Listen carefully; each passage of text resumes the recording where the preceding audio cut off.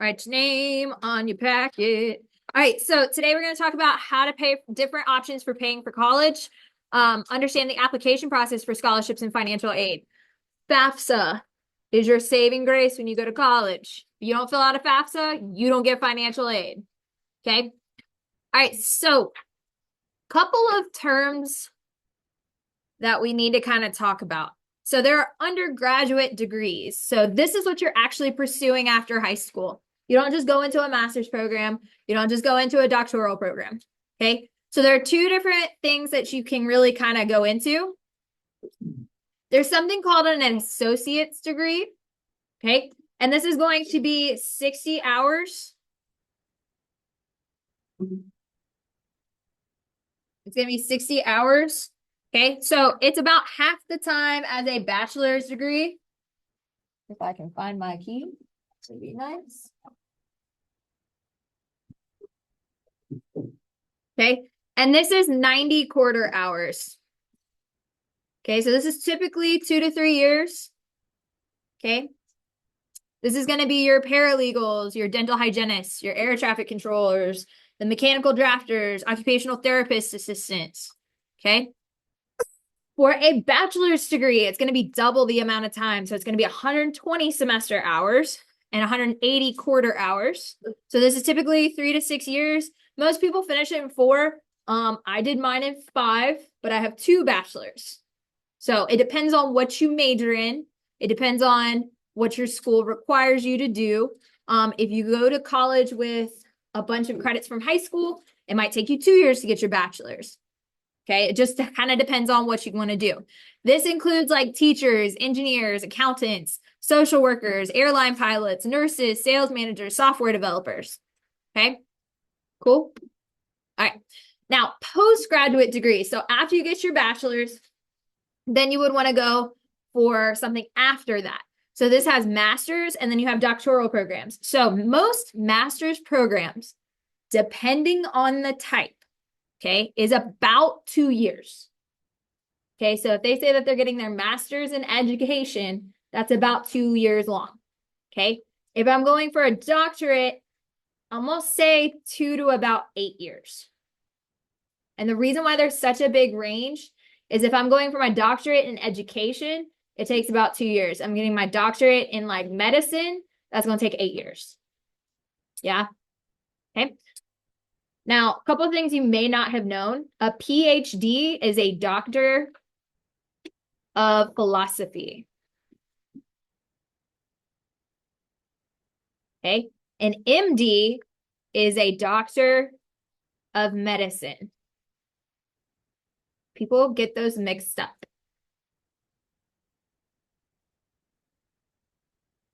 So if I were going back to school for my doctorate, I would get a PhD in either education or math or something like that. Okay. I would not get an MD. MD means you can do medicine. Does that make sense? There's a difference. Okay. There's doctors of underwater basket weaving. Okay. Literally. Not kidding. Yeah. Basket weaving. All right. Professional licensing is required for some jobs in addition to training. So lawyers, engineers, doctorates, and pilots, even after you get your degree, you still have to take the bar exam, or you have to take the MCAT, or you have to take you have all of these other tests that go into it. So it's not just you get a degree, you're good to go. Okay. And there's oftentimes a lot of recertifications that go along with it. Okay. Types of institutions. So you have technical and community colleges. So a 2-year associate degree and certificate, vocational training, adult education. This could continue to a 4-year college. They do not typically offer an on-campus living. And there's Technical College System of Georgia. So this is a link for that if you want to look into that. If you're trying to become a plumber, electrician, or whatever, you can take a look at those. Okay, so this might help you a little bit with your Adulting 101 project, right? A 4-year college is going to offer bachelor's degree programs. Most also offer master's, doctorate, and associate degrees. Many offer on-campus living. All right. In-state versus out-of-state, which is more expensive? Out-of-state. Woo, Lord. Okay. What about public versus private? Private. What are some private institutions that you can think of? What are some private institutions that you can think of? Spelman is private. What else? Say it again. UIME? Miami? Yeah. USC. Is USC private? Okay. Vanderbilt. Ooh, can't spell today. Anything else? Is Harvard private? Do you know? Yeah. Okay. All right. What does the cost of attendance look like? This is gonna blow your mind. Okay. So what I want you to do is I want you to type in this link. Okay. I want you to type in this link. And I want you to try to define these words. So these are the words that they like to throw at you to kind of confuse you. There we go. Why is this giving me a sign-in code? Okay, so hopefully it won't give you a sign-in. Maybe it will.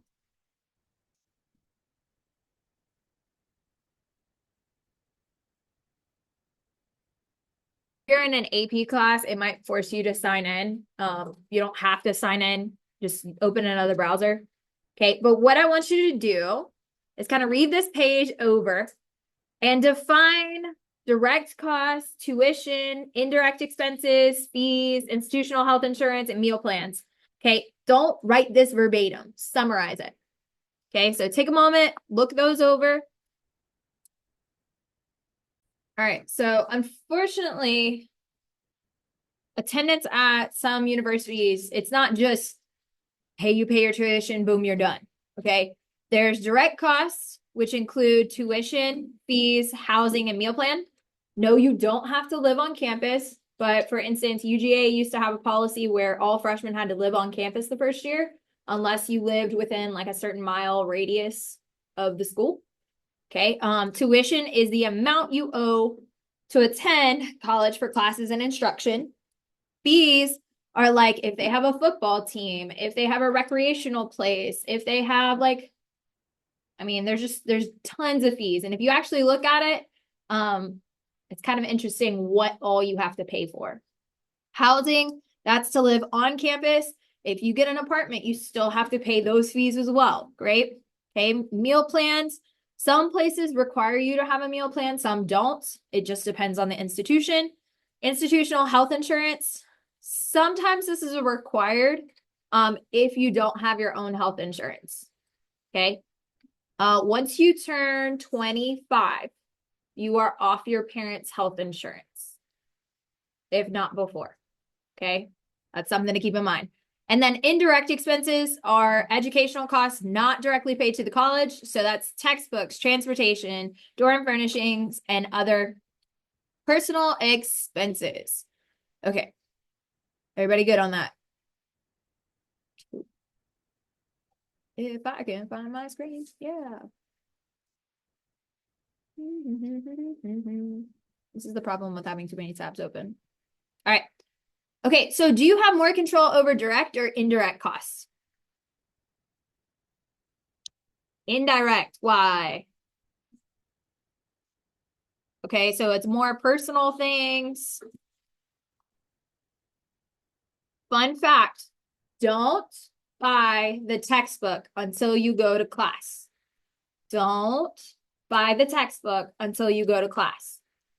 Okay, you can also get the PDF version of most textbooks online, just FYI, as well as renting is a little bit cheaper. Each textbook costs about $300. I said what I said. Okay, it's expensive, but not all classes require the textbook. They have to have it on their syllabus, but they don't require it necessarily. Okay, so make sure that you go to the first day of class. Every first day is the syllabus day. They tell you whether or not you need the textbook. Just ask the professor directly. Now, if you look at the author of the textbook and the author matches your professor's name, it's a scam. They're trying to get you to buy their textbook. Yes? Okay, so make sure that you like ask around and see if you actually use that textbook, because otherwise you'll have a textbook that's just sitting on your bookshelf that you never use. Okay, cool. Transportation. You don't understand how much gas you use until you live on your own and you travel back and forth. You've got to budget for transportation. If there's public transportation, like I used to ride the bus all the time at UGA because the students got like a free swipe on the bus. Okay, so I just use the bus instead of driving my car. Okay, having a car on campus is great until you have to pay for parking. That sucks. Cool. All right. Okay, understanding sticker price versus net price versus value. All right, so sticker price minus the scholarships and grants equals the net price. This you're going to need for your quiz tomorrow. Okay, sticker price minus scholarships and grants equals the net price. So if you type in, how much does it cost to attend UGA into Google, they're going to tell you an amount. And then you're going to subtract whatever scholarships or grants you're able to apply for. Okay. And then your net price is what you're actually going to pay that institution. Okay. Everybody okay on that? What you got to memorize for your quiz tomorrow. All right. So UGA, here's your sticker price. Oh, Lord. Okay. The sticker price for 2023 to 2024 was $29,482. The net price is $10,468. Okay. And look at the income bracket. Okay, so this depends on how much your parents make. So unfortunately, when you go to college, whatever, like however well your parents do, that impacts how much money you can get on your FAFSA. Okay, the better off they do, the less money you get. Fun fact. Okay. All right. So explain why the net price increases as the income of student increases. Explain why the net price increases as the income of student decreases. So we see that our bracket is getting larger, right? But we're seeing this also increases, right? And that's because if you make more, you're going to have to pay more because you're not getting as much scholarships and grants. Okay, so as net price, as net income, take it back, increases, the student assistance decreases. Okay, so not as many scholarships or grants. There was one year that my parents made $1,000 more than the cutoff, and I missed out on $15,000 for school. Okay, so it matters where your parents fall in that tax bracket. Okay. It doesn't mean, your parents should be like, you don't want them to be poor, but you also want to make sure that you're taken care of. You got to plan this out. Okay. You can't just sign up for college and hope for the best. Okay. All right, go ahead and flip the page whenever you're ready.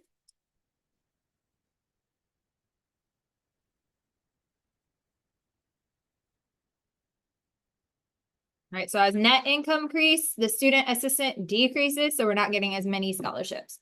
All right, so let's talk about FAFSA. So FAFSA stands for the Free Application for Federal Student Aid, and it's a form that's completed by current and prospective college students to determine their eligibility for financial aid. So each year you have to fill out your FAFSA.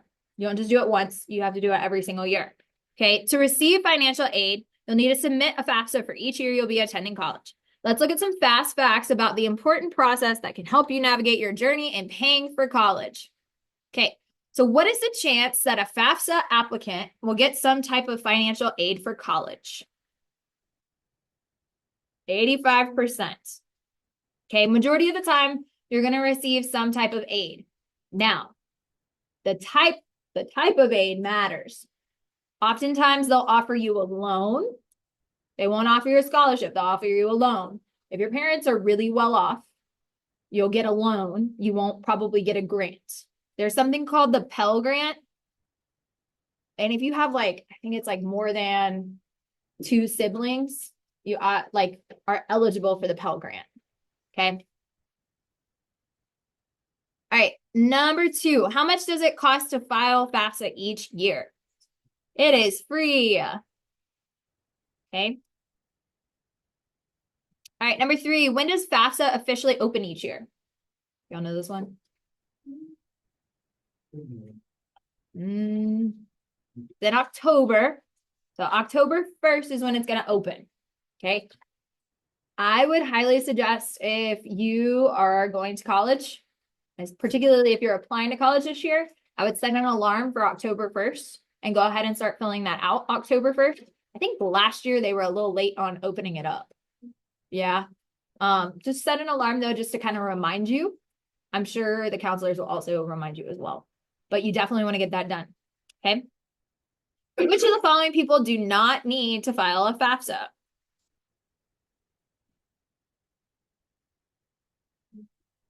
Why? Okay. So it's Gina. She's taking a gap year. She's not going to be in college. She doesn't need to fill out a FAFSA. Okay.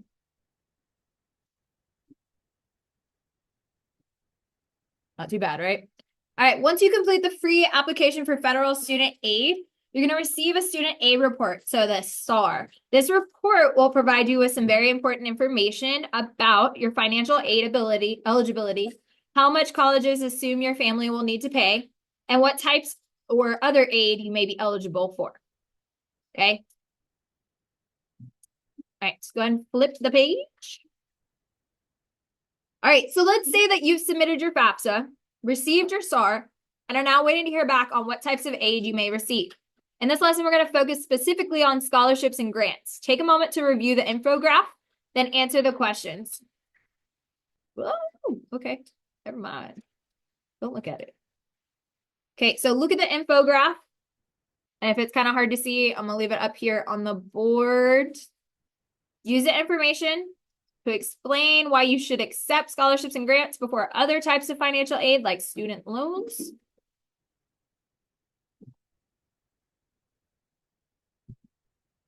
Okay, so look the infograph over and take 2 seconds. Go ahead and answer some of those questions. All right, so what's the difference between a grant, a loan, and a work study?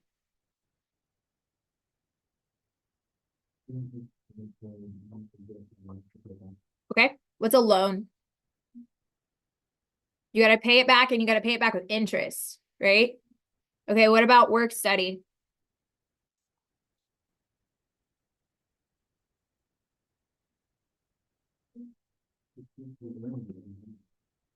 It gives you the opportunity to earn money to help pay for your educational expenses. There's a little bit of work study that's offered on campus. They don't like to open it up to a ton of people. And it depends on the type of work that you're trying to do. I didn't know of anybody who actually did work study, but I know that there was like some communications places on campus that had some stuff. You could work in the student like cafeteria. You could help with that. It could pay back some of your meal plans or that kind of stuff. So you really just need to look around. What does your school offer? Okay. So use the information from the slide to explain why you should accept scholarships and grants before any type of other student aid. Well, why should we accept scholarships and grants?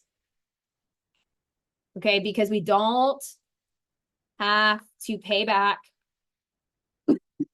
the money. Okay, where else could you look for scholarships? So right there, there's 2 scholarship searches. Those links you can use for scholarship searches. Other places that you can look, a lot of businesses have some scholarships. There's one Coke does every year that you have to write like a 500-word essay of why you deserve the scholarship. There's one from Walton EMC. that also provides, you write an essay and then they give a $500 to $1,000 scholarship. Okay, so you just have to be on the lookout for them. Okay, but nobody is going to approach you with a scholarship. You have to look for them. Okay. All right. How many could you get? How many scholarships could you get? It don't matter. Somebody else paying for it, great, right? Should you ignore smaller scholarships that offer only a few $100s? No, why? Okay. If somebody else is paying $500 for me, that's great. Okay. Are scholarships only for college? No. What other things do we have?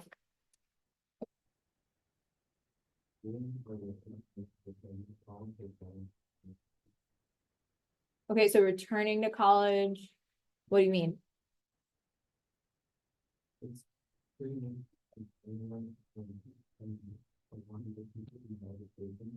Okay. Okay, so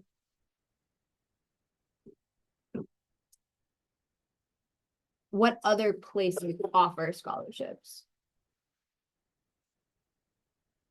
What other places offer scholarships? Let's look it up. So I think I know the answer to this one.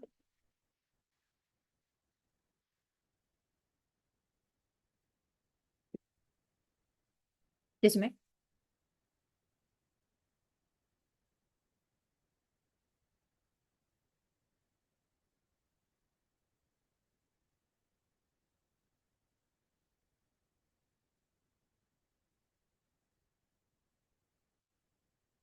Can scholarships be used for other things?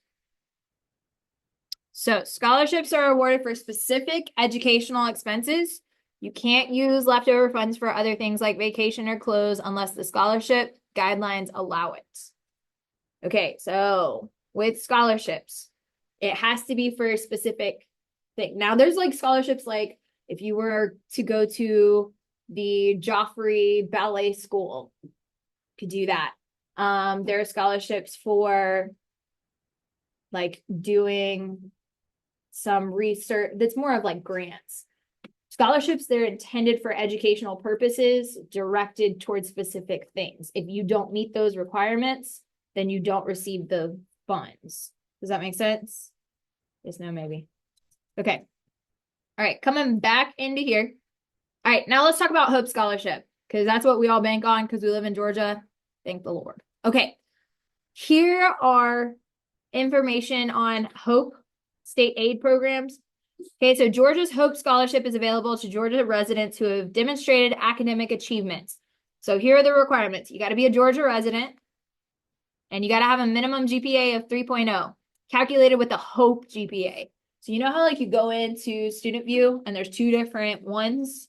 Okay, you've got to pay attention to your Hope GPA. Okay, because there is a difference. It's like very small, but if you're on that border, they won't take you.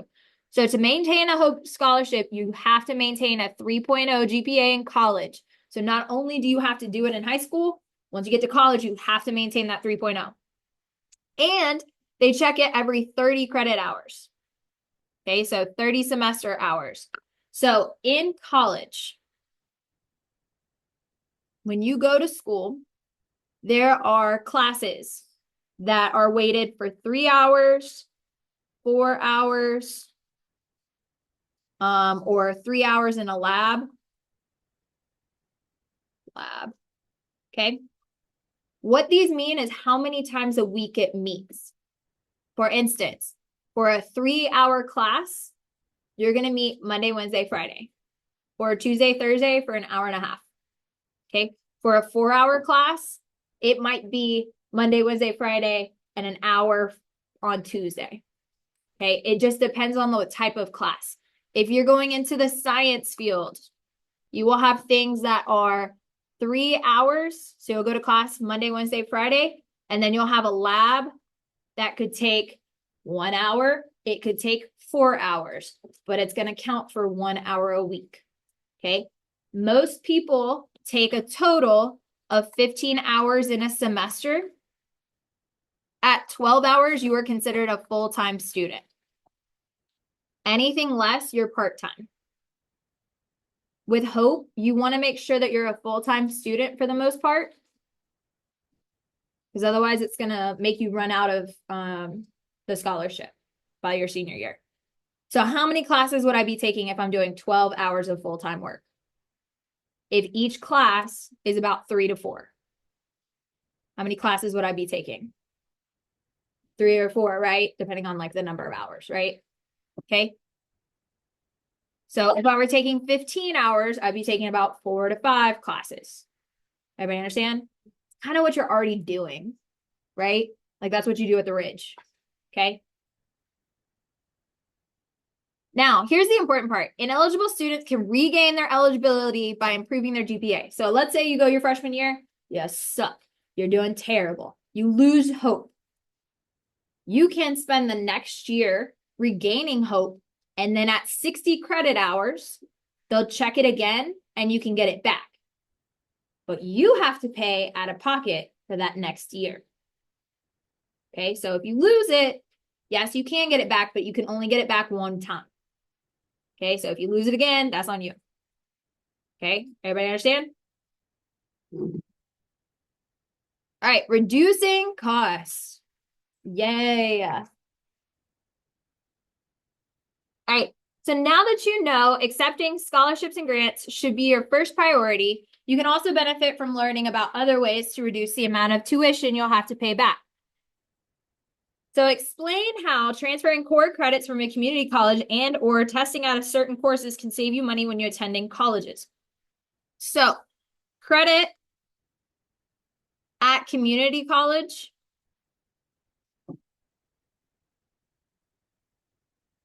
is less expensive. So let's say that you are taking classes at GGC for the first 2 years of your undergrad, okay? You will spend about a third of the price of a big institution, okay? So then when you transfer, you haven't spent as much money, but those credits are still like part of your graduating process. You have to be careful though. Not all community colleges are created equal, okay? Sometimes they don't transfer. You've got to make sure that they transfer to whatever school you're trying to get into, that they actually transfer there, okay? Not all transfers are also accepted. So when you apply as a transfer, not always accepted into that institution, okay? You can also test out of classes. UGA requires you to do a math and a language arts test, okay? So before you register for classes, you'll go in, you'll take a test, and you can test out of classes. So like when I went in, I tested out at Calc 1 and Calc 2, and they were trying to put me in Calc 3. I decided to take Calc 2 because I hadn't earned that credit yet because I wanted an easy class. Okay? Does that make sense? So you can still pick and choose what you want to do, but you can also test out of requirements. One of the requirements was Calc 1. I tested out. Cool? All right, what are the 3 types of monies that you should use when paying for college? And what type of money are scholarships and grants? So the 3 types that you should use for school are scholarships, grants, and work study. Okay, now you can use loans. You can use loans.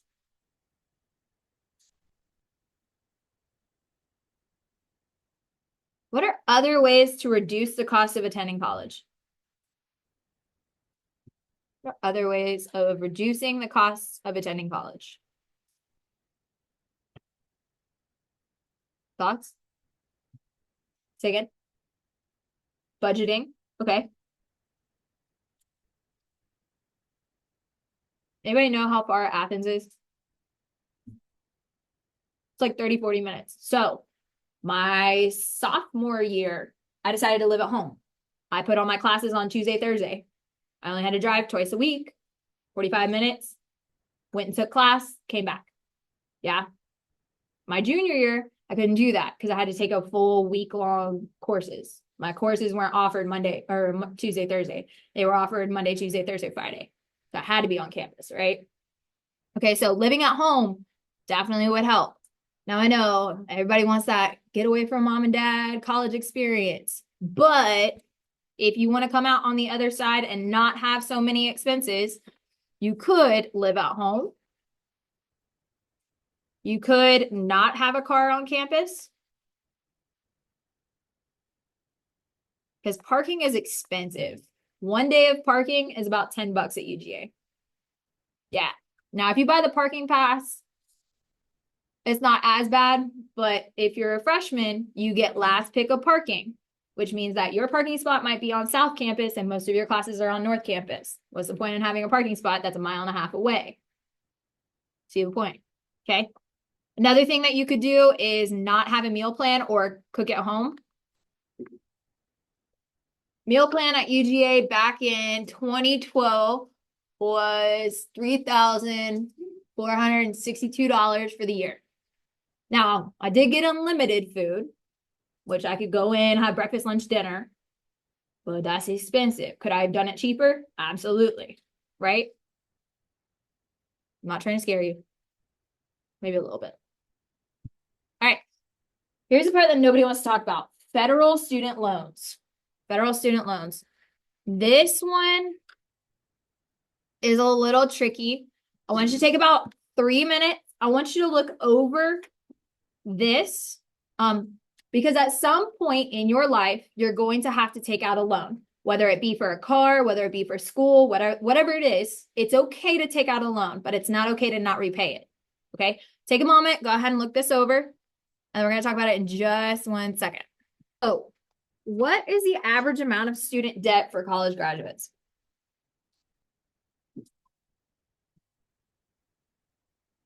Do we know? Was that a guess? Yeah. Okay. So let's look it up. What is the average amount of student debt for college graduates? So in 2019, it was about 27,759. Yeah, same. Okay, so we could probably say roughly about 30,000, right? Okay. 30,000 is the average amount of student debt.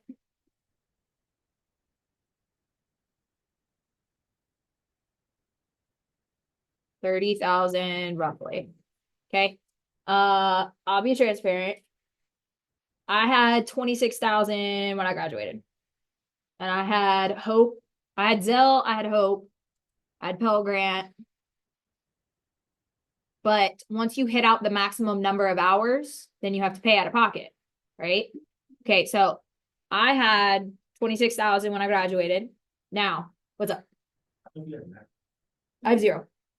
Yep, 0. Yes. So one of the benefits to teaching is if you teach in a Title I school, they'll pay off majority of your loans. Okay, so I taught in a Title I school. That's what South Gwinnett is for 5 years. At the end of 5 years, all my loans were paid off. Now, COVID hit and everything got frozen. So the interest rate got frozen. So I didn't have to pay any interest on my loans. Kind of lucked out in that sense. Because otherwise I would have had to pay interest and I would have had to have paid out of pocket. But since I taught at a Title I school, I only had to pay $750 of that 26,000. Right? Okay, so teaching isn't always a bad thing. Okay, yeah. All right. So consolidating multiple student loans into one payment can help by lowering your monthly payment. But what is the downside to consolidating? Interest could go up. Say it again. Can't undo. Okay.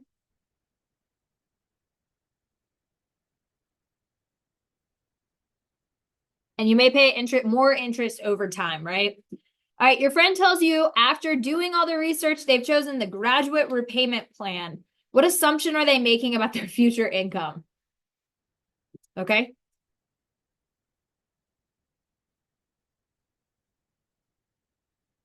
So your friend tells you after they won't get paid much. And this is an option. It was a terrifying option, but it was an option. All right. It might seem tempting to choose an income-driven repayment plan since the remaining balance is forgiven after 20 to 25 years. What are some drawbacks that you can think of if you were to choose an income-driven plan when you could be making higher payments?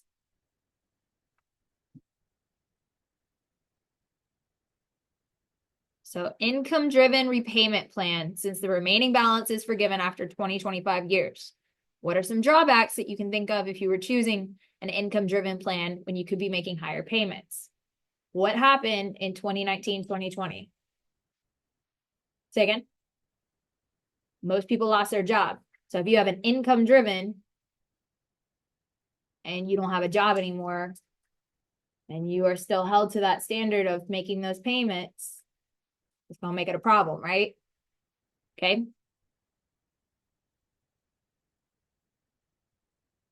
So if you lose job or switch jobs, okay, you're kind of locked into that job, right?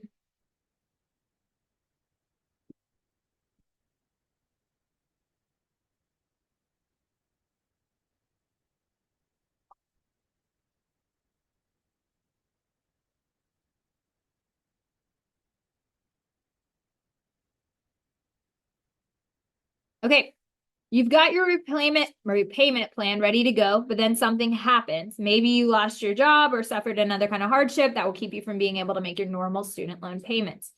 So what function do both deferment and forbearance each serve? Do we know the difference between deferment and forbearance? Okay, so into Google we go.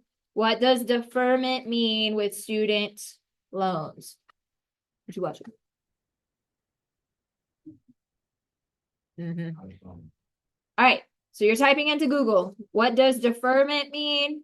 And what does forbearance mean? Type it in. Okay, so deferment means a temporary pause in payments on a federal student loan that allows the borrower to avoid interest accrued on some types of loans. Okay, so deferment means you're not making payments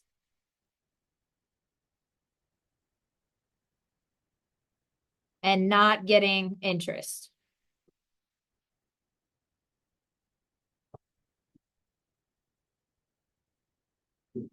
Now, forbearance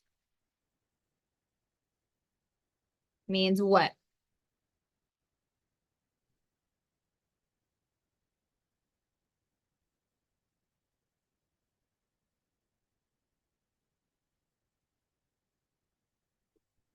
What does forbearance mean?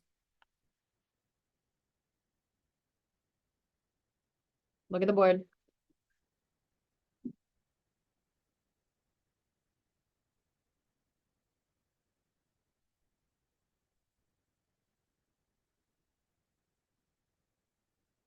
So what do? Forbearance means we put a pause on payments or reduce payments. Pause on payments, but what's happening in the background? Interest is going, right?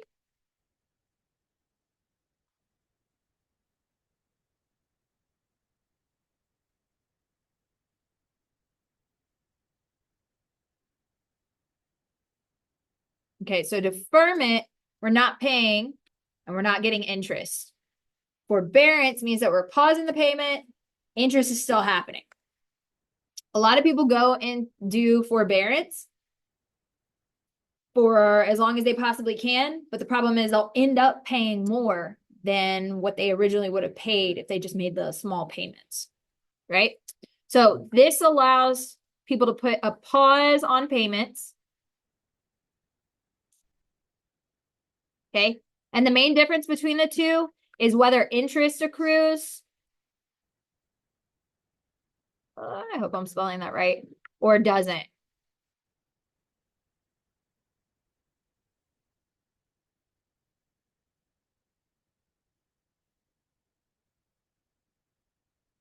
All right, go ahead and flip the page.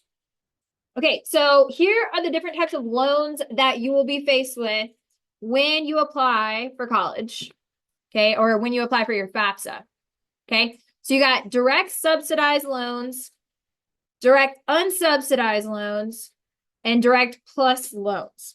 There is a difference. What I want you to do is on the next page, there's a graphic organizer, and it says loan description, who is eligible, what's the maximum amount you can take out, what's the interest rates, and then any other information that's important. Okay, so I want you to take this little chart and I want you to break it down into those different sections. Okay, so I want you to take about 9 minutes to kind of read this over and then do the loan description, who's eligible, what's the maximum amount you can borrow, and interest rates. At some point, you will probably take out a loan from the government. You need to know what the difference is. Okay, don't just sign up for any kind of loan. Okay, if you do direct plus has an interest rate of 7.54%. Okay, that's pretty high. All right, so go ahead and take a moment, read this over, and then fill in the graphic organizer. Are very, very similar. So whether it's direct loans, subsidized versus unsubsidized. So the loan description for subsidized, this is loans where interest is not charged. Okay, so again, it's almost like you're summarizing it to a friend. Subsidized is not charged for interest. Okay. Now, who's eligible? This is going to be the student and specifically an undergrad. So this doesn't work for postgrad. Okay, what is the maximum amount you can borrow? It's $5,500. Fun fact, $5,500 only covers half the cost of attending UGA for one semester.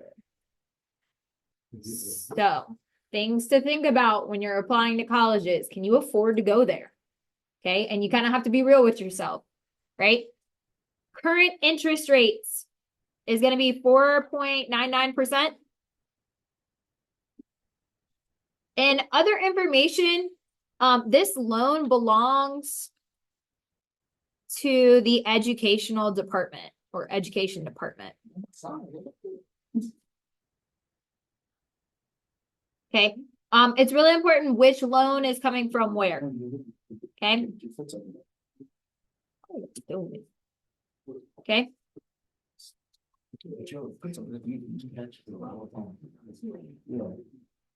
Okay. With unsubsidized loan, the interest is charged from the start. So the moment that you take that loan out, interest is started. Okay. So unsubsidized is where the loan starts interest. As interest start from the very, very, very start. Okay. All right. So unsubsidized interest is charged from start.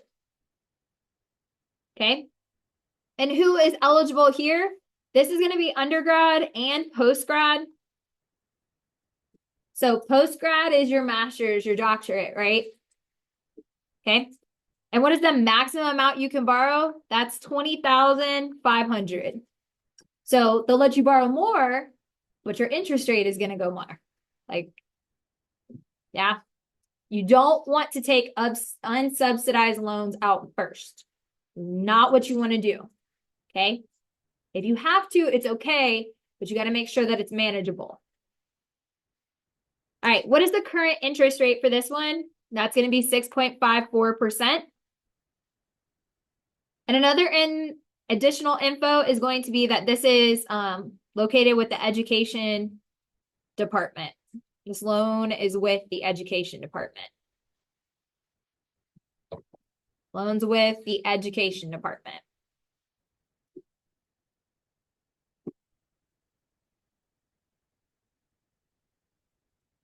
Questions on those? I know I've hit you with a lot of words today. All right, direct plus loans. These are weird, okay? Because your parents are the only ones that can take them out. Yeah. So if your parents are planning on paying for college and they don't have the current money and they need to take out a loan, fine, fabulous, they can do it this way. So loan description is going to be that you have to have a good credit history and interest is charged from the start.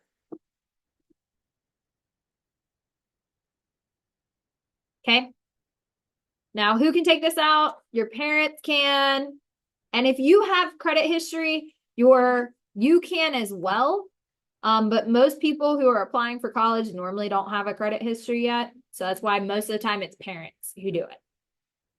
Okay. The maximum amount that you can borrow is the cost of attendance. And then what is your current interest rate? This is 7.54%. This is the one that you do not want to have to take out unless you absolutely need to. This one's expensive. Okay.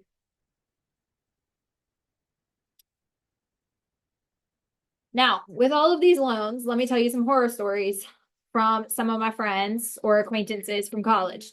Some people would take out the loans just in case to have the money. They didn't necessarily need it for school, but they would take out an unsubsidized loan and they would pay for a beach trip or they would go shopping with it. Okay. Which sounds great and wonderful at the time. Then they graduated college and guess what happened? They got slapped with a lot of interest and then they were having to pay it back quickly. Okay. It really impacted them after graduation. Okay. So you've got to look at not what just is happening now, not just the money that you're getting now, future. Okay. Does that make sense? Okay. Don't take out an unsubsidized loan to pay for a car if you can avoid it. Does that make sense? All right. You should not walk out of college with $100,000 plus unless you are becoming a lawyer or a doctor. And even then, you shouldn't be paying that much. Okay. There's a way to figure it out where it can be cost effective, but you got to think it through. Okay. You can't just go to UGA and expect them to give you a scholarship and everything gonna be okay. You got to plan out how much you're going to spend. Cool. Okay. With that being said, your Adulting 101 project that we did on Friday. Okay. You can start looking at that information now that we've kind of talked about loans and that kind of stuff. Okay. I do want to show you one thing really quick. Here's an example of one of the student aid reports. If I'll zoom out, that'd be great. Okay, so this is what you would get back after you fill out your FAFSA. Watch how long this thing is. Okay. All right, so it would tell you your information. This is all of the information that you provide FAFSA with. Are you ready? Your social security number, all your names, where you live, what your birth date is, what's your driver's license, your email address, your citizenship status, your marital status, your parents' first and last name, whether they got a high school diploma, whether they went to college, where did they go? Where did you go to high school? What types of degrees are you trying to apply for? Are you interested in work study?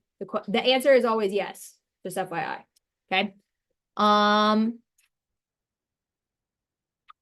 of their tax information, how they filed. Was it joint? Was it separate? Okay. The income that they have, your income. This will all be impacted later on. Whether or not your parents pay child support. So if your parents are separated, whether or not they pay each other child support, whether you pay child support, that's also on here. Okay. Is the student married? Are the parents deceased? Parents' marital status. I think there was also a question on here that's like, what was the mother's name of the dad? I think that's on here as well. But I mean, like literally it asks every aspect of your life. Okay. So, whether you receive food stamps, that impacts this. Okay. If you mark something wrong on this, you can get in trouble. Okay. You cannot make you can't make a mistake on this one. Okay. So you got to make sure that you're filling this out completely. And I'm still scrolling. Do you see this? Okay. And then you have to sign that all of the above statements are true. Okay. It is a binding legal document. If you put something wrong on here, they think you're lying. You may not receive financial aid. Don't mess this one up. I know. It seems easy, but you got to be careful. Okay.